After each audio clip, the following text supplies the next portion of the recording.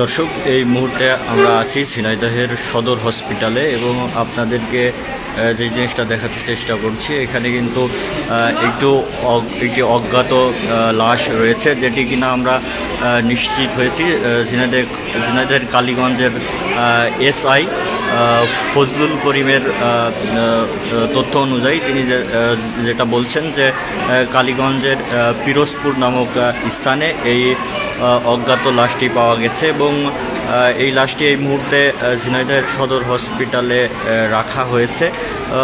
প্রাথমিক সূত্রে এসআই ফজলুল করিম যতটুকু নিশ্চিত করেছেন যে এটি একটি সম্ভবত সড়ক দুর্ঘটনা হতে পারে। এই লাশটির ক্ষেত্রে আনুমানিক সকাল 10টার দিকে এই লাশটি তারা উদ্ধার করেছেন এবং এই মুহূর্তে সদর হসপিটালে আমরা দেখতে পাচ্ছি।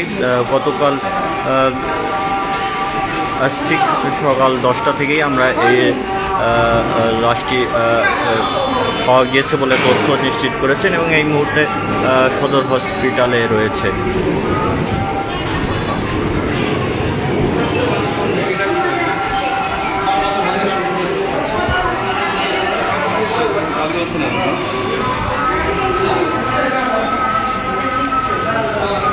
আমরা একটু আমাদের সহকর্মী তারেক মাহমুদের সাথে কথা বলতে চাই।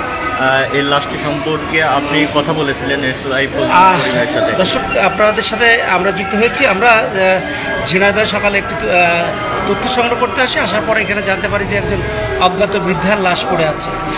আসলে গণমাধ্যম কর্মীদের দেখলে তো অনেকে অনেক তথ্য দেয় এবং আমরা পরবর্তীতে তথ্য নেওয়ার জন্য হাসপাতাল কর্তৃপক্ষ যারা আছেন তাদের সাথে কথা বললাম এবং যেখানে ব্রডবন্ড যে খাতাটা, অর্থাৎ মৃত্যু হলে যে কাগজ খাতাতে এন্ট্রি করা হয়, ওখানে কথা বলার পরে আমরা জানতে পারি যে 12 বাজার হাইওয়ে পুলিশ আপনার এসআই ফজলুল করিম নামে একজন অফিসার, উনি লাশটি নিয়ে এসেছেন কালীগঞ্জ উপজেলা পিরোজপুর গ্রাম এলাকা থেকে ওনার লাশটা উদ্ধার করেছে এবং পরবর্তীতে এখন ঝিনাইদহ সদর হাসপাতালে আছেন এবং ইতিমধ্যে পিবিআইরা এসেছিলেন তদন্তে, আমরা শুনেছি, আমরা দেখিনি তাকে।